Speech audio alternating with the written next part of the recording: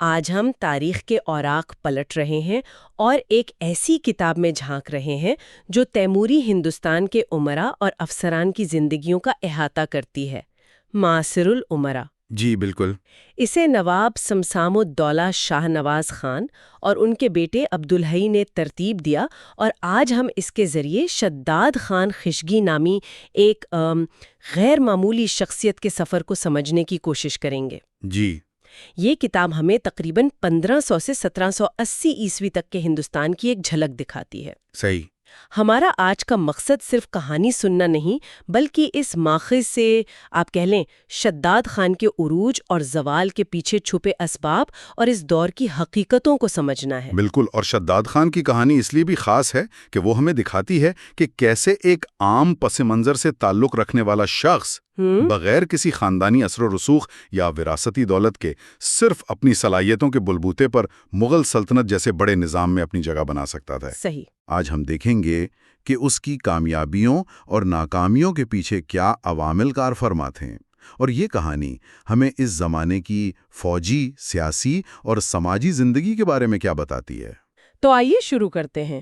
کتاب بتاتی ہے کہ شہداد خان کا اصل نام عبدالرحیم تھا، جی، اور ان کا تعلق بہات دوآبہ یعنی آج کے جلندر دوآبہ کے علاقے کے فوجدار شمس خان سے برادر نسبتی کا تھا، یعنی وہ شمس خان کے سالے یا بہنوئی تھے۔ ہاں، لیکن اہم بات یہ ہے کہ ان کا اپنا کوئی بڑا خاندانی پس منظر نہیں تھا، نہ ہی شروع میں کوئی بڑا عہدہ یا وسائل تھے۔ جی ہاں، یہ نقطہ ان کی کہانی کو سمجھنے کے لیے کلیدی ہے۔ وہ صفر سے شروع ہو رہے تھے، بالکل۔ اور ان کی ابتدائی پہچان بنی عسکری میدان میں۔ ماخذ بتاتا ہے کہ انہوں نے پنجاب کے علاقوں میں سرگرم سکھوں کے خلاف کئی کامیاب مہمات میں حصہ لیا۔ اچھا۔ اس وقت سکھ ایک بڑی طاقت کے طور پر ابھر رہے تھے اور مغل اتھارٹی کو چیلنج کر رہے تھے۔ شہداد خان کی ان ابتدائی لڑائیوں میں مسلسل کامیابی نے انہیں نمایاں کرنا شروع کیا۔ ان کامیابیوں کا پہلا بڑا انعام انہیں شہنشاہ بہادر شاہ کے دور میں ملا۔ انہیں 500 کا منصب دیا گیا۔ جی، شادات خان کا خطاب ملا اور جموں کی فوجداری میں تعینات کیا گیا۔ یہ 500 کا منصب سننے میں شاید چھوٹا لگے، لیکن اس کا اصل مطلب کیا تھا اس دور میں؟ یہ ایک بہت اہم سوال ہے۔ مغل نظام میں منصب ایک فوجی اور انتظامی عہدہ تھا جو کسی شخص کی حیثیت، تنخواہ اور اس سے وابستہ فوجی ذمہ داریوں، یعنی کتنے گھڑ سوار اسے رکھنے ہوتے تھے، ان سب کا تعین کرتا تھا۔ اچھا۔ 500 کا منصب اگرچہ اعلیٰ ترین منصبوں کے مقابلے میں کم تھا، لیکن کسی ایسے شخص کے لیے جس کا کوئی پس منظر نہ ہو، یہ ایک قابل ذکر شروعات تھی۔ یہ ظاہر کرتا تھا کہ اس کی صلاحیتوں کو تسلیم کیا جا رہا ہے اور وہ باقاعدہ طور پر شاہی ملازمت میں داخل ہو گیا ہے۔ صحیح۔ اور جموں جیسے اہم سرحدی علاقے میں تعینات نے انہیں مزید تجربہ حاصل کرنے کا موقع دیا۔ اچھا، تو یہ ان کے کیریئر کا باقاعدہ آغاز تھا۔ جی بالکل۔ پھر کہانی میں نیا موڑ آتا ہے جب عبدالصمد خان دلیر جنگ لاہور کے گورنر بنتے ہیں۔ ہاں، ان کے سامنے ایک بڑا چیلنج تھا عیسیٰ خان منج، جو دریائے ستلج اور بیاس کے درمیان کے علاقے میں لوٹ مار کرتا تھا اور تقریباً خود مختار حکمران بنا بیٹھا تھا۔ جی، بڑا مسئلہ تھا وہ۔ ماخذ کہتا ہے کہ شداد خان نے، جسے وہ خود خدائی الہام کہتے ہیں، قصور سے پیش قدمی کی اور اچانک حملہ کر کے عیسیٰ خان کو شکست دے دی۔ یہ خدائی الہام والی بات کچھ زیادہ ہی ڈرامیٹک نہیں لگتی؟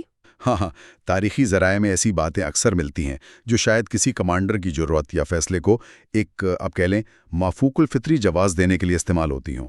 صحیح۔ حقیقت یہ ہے کہ عیسیٰ خان منج لاہور کے گورنر دلیر جنگ کے لیے ایک بڑا درد سر تھا۔ وہ نہ صرف راستے غیر محفوظ بنا رہا تھا بلکہ گورنر کی اتھارٹی کو بھی چیلنج کر رہا تھا۔ بالکل۔ اس باغی کو کچلنے کا حکم دیا۔ شہداد خان نے اس موقع کو بھانپ لیا۔ یہ ان کے لیے اپنی صلاحیت ثابت کرنے کا ایک بڑا موقع تھا۔ اور انہوں نے یہ موقع گوایا نہیں۔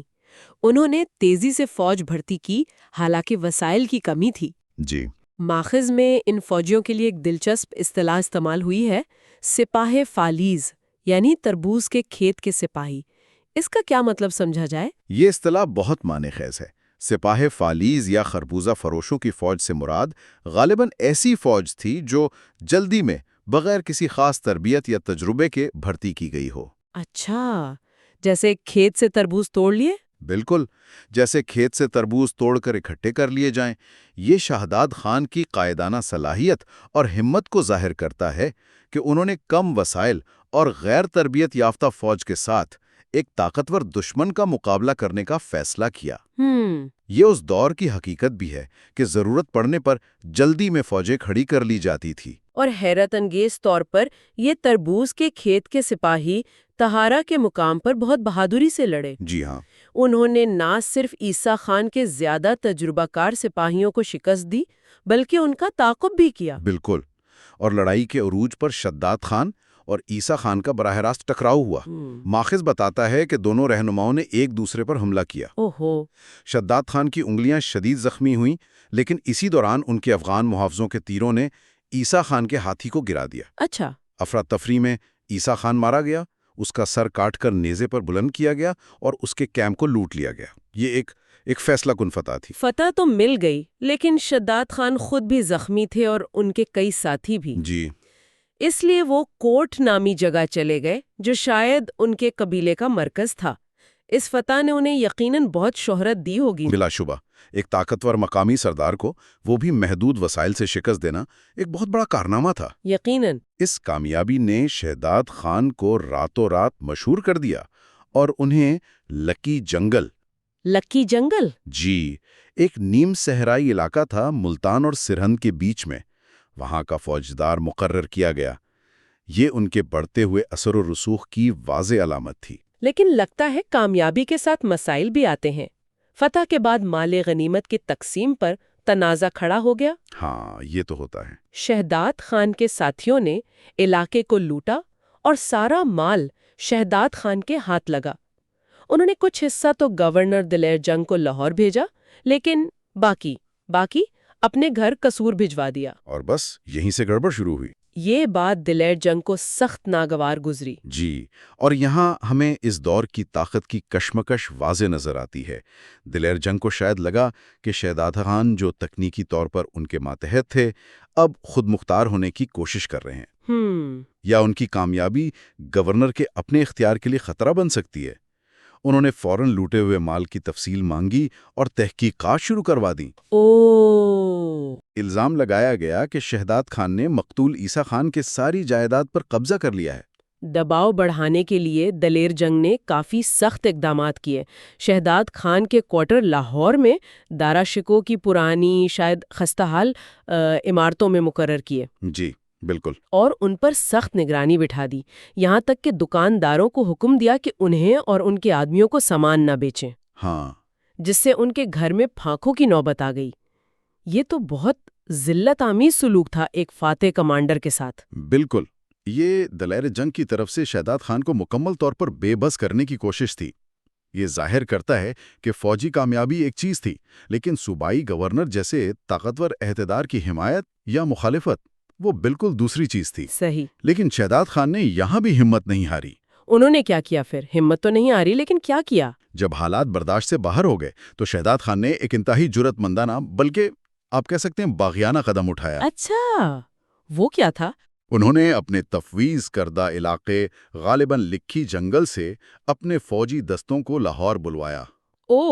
اپنے نکارے بجائے، یعنی اپنے فوجی بینڈ بجوائے، جو اس زمانے میں خود مختاری کا اعلان یا کم از کم اتھارٹی کو چیلنج کرنے کے مترادف سمجھا جا سکتا تھا۔ جی۔ اور لاہور چھوڑ کر سیدھا قصور روانہ ہو گئے۔ ہیں؟ یہ تو کھلی نافرمانی تھی۔ دلیر جنگ نے انہیں روکا نہیں یا سزا نہیں دی؟ دلیر جنگ یقیناً غصے میں ہوں گے۔ ماخذ کہتا ہے کہ پہلے تو وہ سزا دینا چاہتے تھے، لیکن پھر شاید یہ سوچ کر کہ اس سے معاملہ مزید بگڑ سکتا ہے۔ خاص طور پر شہداد خان کی فوجی ساخت اور ان کے وفادار سپاہیوں کی وجہ سے انہوں نے تحمل سے کام لیا اور معاملے کو بڑھنے نہیں دیا۔ اچھا، یہ ایک طرح سے دلیر جنگ کی مجبوری بھی تھی اور شہداد خان کی بڑھتی ہوئی طاقت کا اعتراف بھی۔ تو شہداد خان قصور واپس آ گئے، لیکن اب وہ لاہور کے گورنر کی نظروں میں گر چکے تھے۔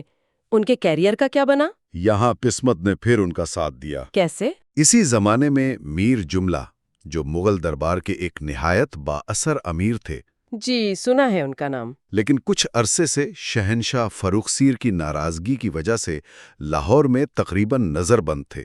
انہیں واپس دربار یعنی دہلی طلب کیا گیا۔ اچھا میر جملہ شہداد خان کی بہادری خاص طور پر عیسیٰ خان والی فتح سے بہت متاثر تھے۔ اچھا، تو ایک طاقتور حامی مل گیا؟ جی، میر جملہ نے نہ صرف شہداد خان کی تعریف کی بلکہ دہلی جاتے ہوئے انہیں زبردستی اپنے ساتھ لے گئے۔ زبردستی؟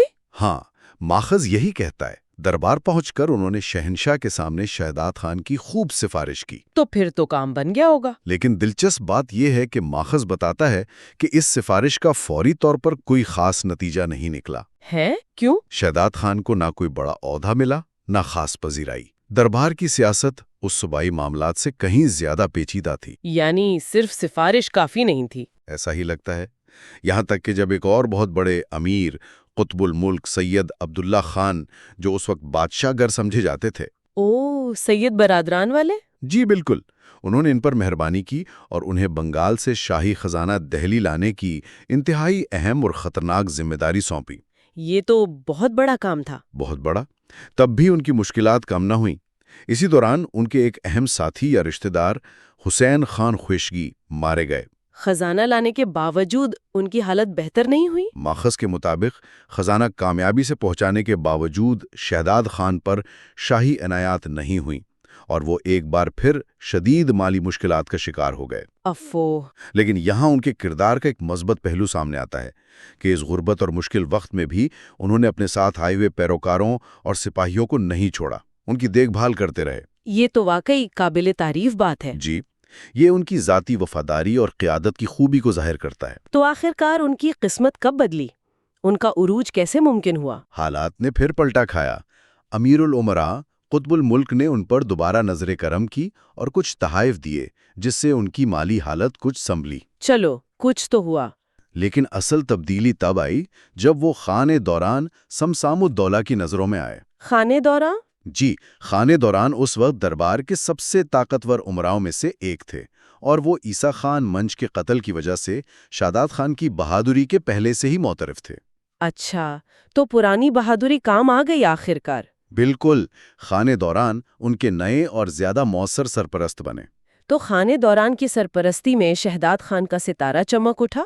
جی ہاں، شہنشاہ محمد شاہ، جو رنگیلا کے نام سے مشہور ہیں، ہاں، ان کے دور میں خان دوران کی سفارش پر شہداد خان کا منصب بہت بڑھا دیا گیا اور انہیں ہانسی اور حصار کی فوجداری سونپی گئی۔ ہانسی اور حصار، یہ علاقے تو اس وقت کافی بدنظمی کا شکار تھے نا؟ بالکل، یہ علاقے اس وقت راجپوتوں اور دیگر مقامی سرداروں کی بغاوتوں کی وجہ سے شدید بدامنی کا شکار تھے۔ یہ تو ایک بہت بڑا چیلنج رہا ہوگا۔ یقیناً، اور شہداد خان نے اس چیلنج کا سامنا اپنی پوری بہادری اور صلاحیت سے کیا۔ انہوں نے وہاں بغاوتوں کو کچلنے کے لیے اتھک محنت کی۔ ماخذ بتاتا ہے کہ حصار کی مہمات میں انہوں نے قصور سے لائے اپنے تمام وفادار ساتھی قربان کر دیے۔ سب؟ جی، گڑی نامی جگہ پر ایک طویل اور شدید لڑائی میں ان کے بہت سے قریبی رشتہ دار اور قبیلے کے لوگ مارے گئے۔ یہ ان کے لیے ذاتی طور پر بہت بھاری قیمت تھی۔ لیکن کیا وہ ان بغاوتوں کو کچلنے میں کامیاب ہوئے؟ آخر میں کیا نتیجہ نکلا؟ جی ہاں، ان تمام قربانیوں کے بعد وہ کامیاب ہوئے۔ انہوں نے علاقے میں امن و امان قائم کیا، اپنی انتظامی گرفت مضبوط کی اور ان کی قابلیت اور عظمت کو ہر طرف تسلیم کیا گیا۔ زبردست۔ ان کی ساکھ اب صرف ایک بہادر فوجی کی نہیں بلکہ ایک قابل منتظم کی بھی بن چکی تھی۔ اس کامیابی کے بعد دربار میں ان کی کیا پوزیشن بنی؟ علاقے میں معاملات درست کرنے کے بعد جب وہ دربار واپس آئے تو ان کا استقبال ایک ہیرو کی طرح ہوا۔ خانے دوران کے مزید سفارش پر شہنشاہ نے انہیں 6000 ذات اور سوار کا منصب عطا کیا۔ یہ اس وقت کے اعلیٰ ترین منصبوں میں سے ایک تھا۔ 6000؟ جی، 6000، اور ساتھ ہی جھالردار پالکی یعنی ایک خاص قسم کی پرتعیش پالکی استعمال کرنے کا اعزاز بھی بخشا، جو صرف بہت بڑے امراء کو ملتا تھا۔ یہ تو واقعی صفر سے عروج تک کا سفر ہے، ایک عام سپاہی سے سلطنت کے اعلیٰ ترین امراء میں شمولیت۔ بلا شبہ یہ ان کے کیریئر کا نقطۂ عروج تھا، لیکن ان کا انجام بھی اسی میدان میں ہوا جہاں سے ان کا آغاز ہوا تھا، میدان جنگ۔ ماسر العمرہ کے مطابق انہوں نے 1739 میں کرنال کے مقام پر نادر شاہ کے تباہ کن حملے کے خلاف لڑتے ہوئے اپنی جان دی۔ نادر شاہ کے حملے میں؟ جی، کتاب یہ بھی بتاتی ہے کہ ان کے بیٹے بھی بعد میں اعلیٰ عہدوں پر فائز رہے اور جب یہ تذکرہ لکھا جا رہا تھا وہ خوشحال زندگی گزار رہے تھے۔ تو شہداد خان خشگیگی کی اس پوری کہانی کا خلاصہ کیا ہے؟ اس سے ہمیں کیا اہم باتیں معلوم ہوتی ہیں، اس پوری گفتگو سے کیا نتیجہ نکالا جائے؟ میرے خیال میں سب سے اہم بات یہ ہے کہ یہ کہانی اس خیال کو تقویت دیتی ہے کہ تیموری دور، خاص طور پر اس کے بعد کے حصے میں اگرچہ موروثیت اور خاندانی پس منظر بہت اہم تھا، جی، لیکن ذاتی بہادری، فوجی صلاحیت اور موقع شناسی کے لیے بھی گنجائش موجود تھی۔ شہداد خان نے ثابت کیا کہ صلاحیت ہو تو انسان نیچے سے اٹھ کر بہت اوپر تک جا سکتا ہے۔ لیکن ساتھ ہی یہ کہانی یہ بھی دکھاتی ہے کہ صرف ذاتی صلاحیت کافی نہیں تھی، انہیں ہر قدم پر طاقتور سرپرستوں کی ضرورت پڑی۔ بالکل۔ شمس خان، دلیر جنگ جن سے بعد میں بگڑ گئی، میر جملہ، قطب الملک اور آخرکار خانے دوران، سرپرستی کا نظام کتنا اہم تھا۔ بالکل، اور یہ سرپرستی کتنی غیر یقینی بھی ہو سکتی تھی یہ بھی واضح ہے۔ دلیر جنگ کی ناراضگی نے انہیں تقریباً تباہی کے دہانے پر پہنچا دیا تھا۔ صحیح۔ جی، یہ اس دور کی سیاست کی پیچیدگی اور طاقت کے توازن کی نزاکت کو بھی ظاہر کرتا ہے۔ کامیابی کے لیے نہ صرف میدان جنگ میں بہادری دکھانی پڑتی تھی، بلکہ دربار کے جوڑ توڑ میں بھی ماہر ہونا ضروری تھا۔ تو شہداد خان کی زندگی ایک مسلسل اتار چڑھاؤ، کامیابیوں اور ناکامیوں، عروج اور خطرات سے بھری ہوئی تھی۔ ایک ایسی کہانی جو ہمیں اس دور کے ہندوستان کی حقیقتوں کے بہت قریب لے جاتی ہے۔ یقیناً یہ صرف ایک فرد کی سوانح عمری نہیں، بلکہ اس پورے عہد کا ایک عکس ہے۔ اس میں ہمیں فوجی مہمات، انتظامی چیلنجز، مقامی بغاوتیں، دربار کی سیاست اور ذاتی عزائم سب کی جھلک ملتی ہے۔ اس پوری گفتگو کے بعد ایک خیال ذہن میں آتا ہے، معاصر الامراء جیسی کتابیں ہمیں شہداد خان جیسے کامیاب لوگوں کے بارے میں بتاتی ہیں، جی، لیکن سوچنے کی بات یہ ہے کہ اس پرآشوب دور میں ان گنت لڑائیوں اور مہمات میں کتنے ہی ایسے گمنام سپاہی اور چھوٹے افسر ہوں گے جو شہداد خان جیسی ہی بہادری رکھتے ہوں گے، ویسی ہی صلاحیتوں کے مالک ہوں گے، لیکن انہیں نہ تو کوئی طاقتور سرپرست ملا، نہ ہی تاریخ نے ان کا نام محفوظ رکھا۔ ان کی کہانیاں کیا ہوں گی جو وقت کی گرد میں کھو گئیں؟